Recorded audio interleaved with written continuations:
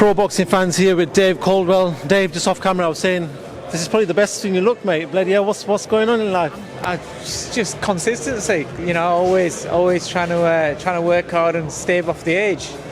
47 now, do you know what I mean? You're getting towards 50. You got to make sure you're on it. But you're looking younger than I am, to be honest. Dave, we're here for the weigh-in.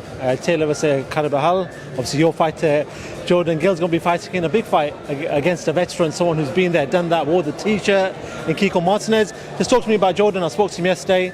Looking good, smiling, happy. Normally a good sign leading up to last few days. How is he?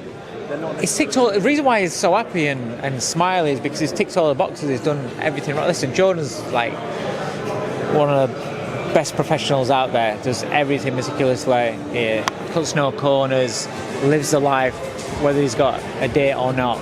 And I think with all the experiences he's had, all the tough times he's had, it's just built a resilience in him where going into this fight, there's been no injuries, no niggles, everything's gone right. The weight he's done really, really well, comfortably. So he's got no worries and he's excited. Obviously, you know, there's a difference between being nervous and edgy because there's things that haven't quite gone right and having them butterflies that are actually excitement. And he's excited, he can't wait. What threat does Kiko Martinez bring even this late in his career? We've seen what he did against Kid Galahad. Losing the fight, Kid was all over him. All of a sudden, Kid's on the floor and he's out. That's exactly what it is. Kiko Martinez has got the threat because he's got that never say die attitude in his mind that no matter what you do to me, I'm going to knock you out. And he possesses the power that can knock you out. You've seen it with Kid Galahad, you've seen it in the past with other fighters. And then in his most recent fight, yes, he lost his world title, but he gave Josh Warrington a hell of a fight and broke his jaw. So that tells you what he possesses, you know. We know it's a tough fight, we know it's a very, very hard fight. But it's a fight that Jordan's got the ability, the tools to win. And that's what we're going to go in there to do. But we expect that there's going to be moments where it's tough and it's rough. But he's experienced tough and rough before now, and he's come through that. And mentally, he knows that however dark things get and however tough things get, he knows he's got a mentality to stay cool, stay composed, and find a way through and you know, and end up being the winner. Yeah, for sure he's experienced a tough and rough, especially in the fight against Guerrero for the European title, which he holds now. But we know that obviously having this European title, he beats Kiko, he gets pushed up the IBF ranking. You're looking at the big boys now after this. We're not saying, you know, the fighters that he has fought are big boys, but there's a level above that. That's going to be the top boys of the division. Do you feel like Jordan's sort of ready if he was to be put into his next fight against one of the big boys in the division? Yeah, I always said when we was fighting for the European title, I said I'd like to get all the European title and then have a couple of defences or that sort of level opponents, because I felt that he still needed to, in his own head, he needed to tick a few more boxes. And then the Guerrero fight happened. He gets knocked down, his eardrums go, he had issues with his knee going in the fight, which completely went in the fight. He's in a fight where it looks like he's going to get beat. It looks like, how does he find a way out of this? But mentally, he kept composed and he didn't press the panic button, and he believed in his ability, believed in what he works on, and he found a way to win. That does something to a fighter because it ticks those boxes that when you're going into world level, you're going to world title fights or world level fights, you need to have these sort of questions answered in order to go in there with full confidence and where you feel like, yeah, I believe I'm ready for that level, I belong at that level. And I think on the back of that ticked off, what else can we do to fight, continue fighting at European level? What else can he learn about himself? Experience is about learning about yourself. You know, you've done 3-minute rounds over and over again throughout your career. You've had fights, you've had fight experiences. It's what happens in the fights that you need to experience when you're in with the big boys. The tough moments, the losing of rounds, the getting hurt, the getting dropped, the being on the verge of losing. Because that sort of shit's going to happen when you're in against top quality fighters. You can't go in. When you're a slick boxer, there's this tag that goes with slick boxers that they're not really tough. What happens when it gets put on them? Are they tough enough? Can they cope with pressure? Can they cope?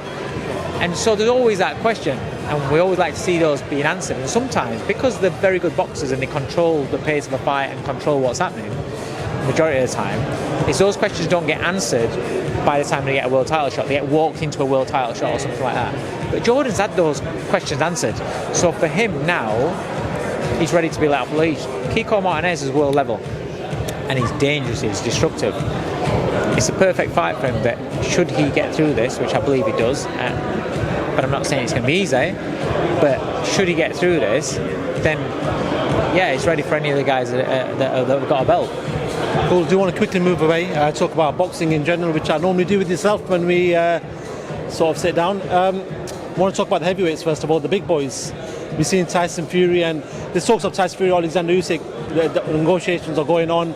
Looks like that fight could be made, but I do want to talk about Anthony Joshua, Dillian Whyte, Eddie Hearn saying possibly February, March for that fight.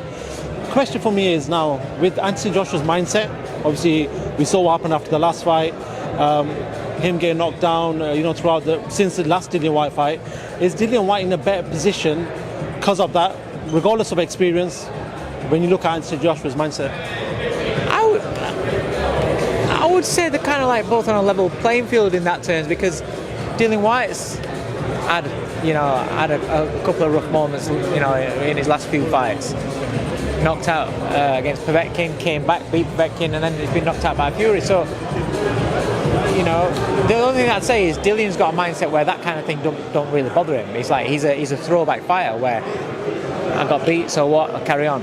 AJ, with the pressure that he's had and things like that, you saw that there was a little bit of a release after that last fight.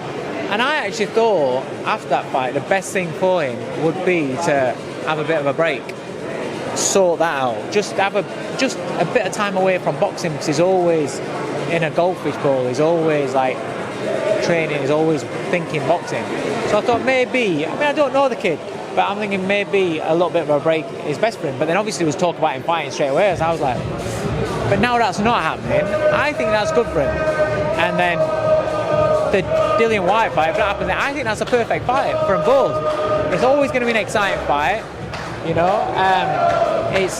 there's going to be bombs swapped, and it's going to be great for the fans, and it's a good fight from both at this stage of the careers, I think. So with the big fights not happening, unfortunately, for us fight fans, we hope that good fights get made. We're hearing that Fury, Usyk is possibly going to happen. There's no sort of division in regards to both parties, so it seems good. A fight I want to talk about though, and the fight that everyone's talking about right now, and I've talked to Mark Tibbs, talked to quite a few people yesterday about him, Joe Joyce. How much of a problem is he for all these guys? I'm talking about from Tyson Fury to the Wilders of the division. I think it's a real problem, because it's one of those where you look at and you watch and you think, yeah, but is he that good? He's just strong, and so he can't take them punches off the big boys and this, and you think, but he keeps winning and he keeps chewing people up, and he's showing it's a serious problem. And against Parker, he was a little bit cuter at just riding those right hands and not taking them. Against Dubois, he was a little bit cuter. It's better than what you think, and I think it's one of those that where, because to look at is not fluid, or his style doesn't appear to be fluid. It works for him. Add to that his toughness and his chin, and add to that his work rate and his relentlessness. I think it's a problem for anybody. Listen, it could all come crashing down when he takes a big shot for a Wilder, one shot, and it could clean him out. Wilder hits that hard that you would think that it could take anybody out.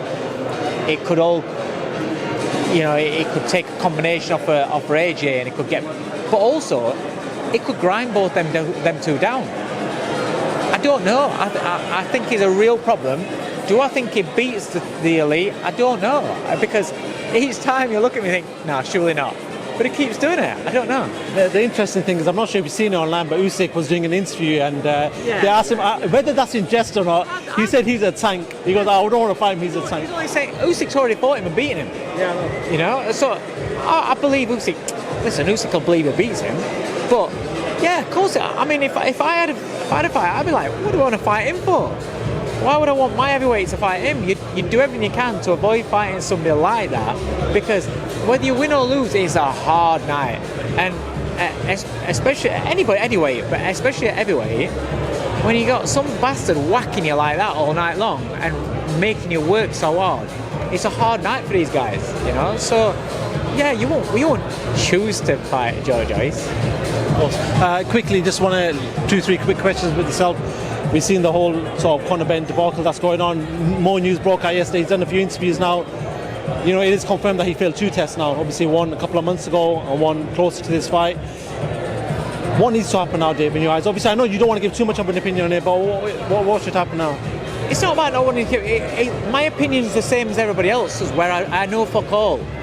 So I'm kind of like, we're all, the lot of us, are trying to pick out the pieces and trying to put these pieces together and try and map out the story of what's happened and what nobody knows. And it's I just think it's been handled so bad from I've said it before, how I think the show should have been cancelled straight away, so it takes away that element of scandal. Has it been covered up? Is it all that sort of stuff, you know? So there's two drug fails, two test fails. Why was nothing made of it after the first fail?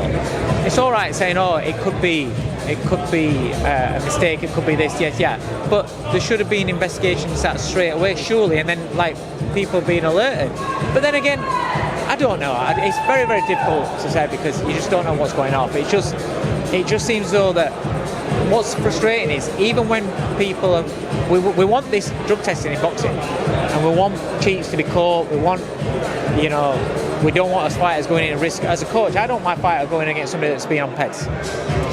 But when somebody does get caught, there is always an excuse or a reason. Well, apart from somebody like Miller who's having injections all the time, whatever. But there always seems to be, oh, it's in meat, or it's in eggs, or it's in... And it's like, fucking hell.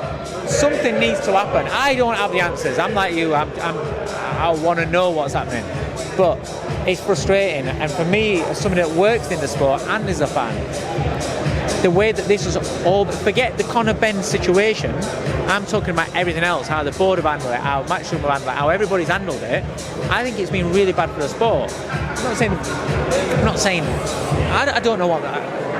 People can fuck up and make the wrong decisions trying to sort things out, trying to buy time to find out, well, what has happened. But by trying to find out something and not nobody else knowing, and then it comes out, it looks like you're covering something up, you know? So I understand that, but there's all different moving parts, and it's nobody knows anything, and I'm sick to death of talking about it. I'm just seeing everything that's coming out, and it's like there's bits in this interview where I'm reading and I'm like, fuck it, it's bullshit. But then you think to yourself, well, what if? You just don't know, and it's frustrating, and I don't have any answers. I don't know, and that's why it's like... Let me ask you about 2 quick questions.